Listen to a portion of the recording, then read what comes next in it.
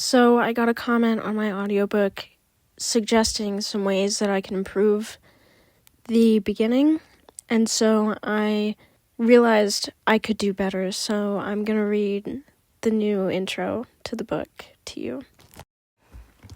"Move, move, move!" barked Caius as he led the soldiers into the foreboding cave. They advanced in unison, the clanking of their heavy armor echoing through the darkness.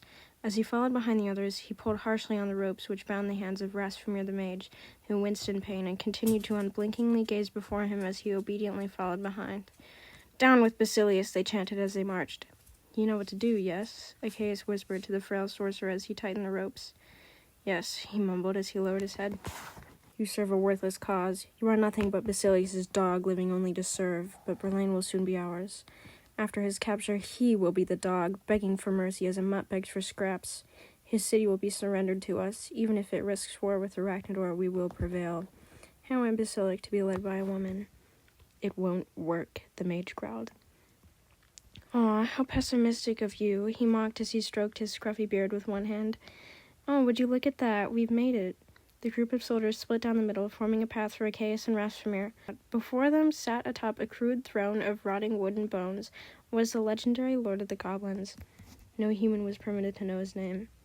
"Who dares approach me as if you wish to have your head roll?" he inquired, leaning forward as he gestured with his staff of bones, a grotesque grin plastered across his misshapen face, which flaunted his gnarly, yellowed fangs as he glared at them with cold eyes as black as his monstrous soul. "We intend to bargain, Your Excellency," he declared with faux reverence. "I, Achaeus of Melania, representing the Council of Melania, come forth with an offer." "An offer?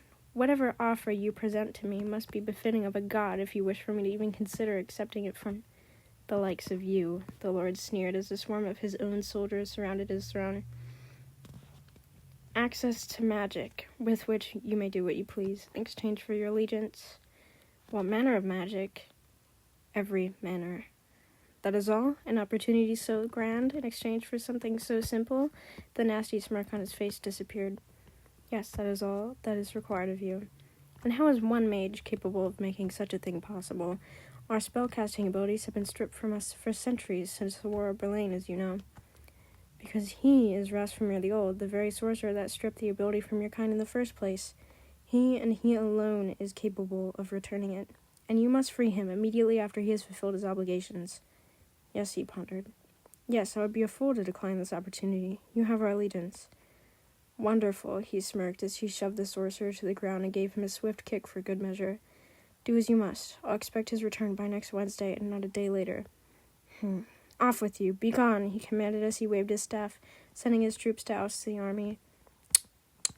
"I was expecting a bit more hospitality," Achaeus said, nodding in disapproval as he paced before the Lord's throne, his head held high as his chestnut hair swung behind him. "I owe you nothing until our magic is returned. Now get out of my sight," he growled.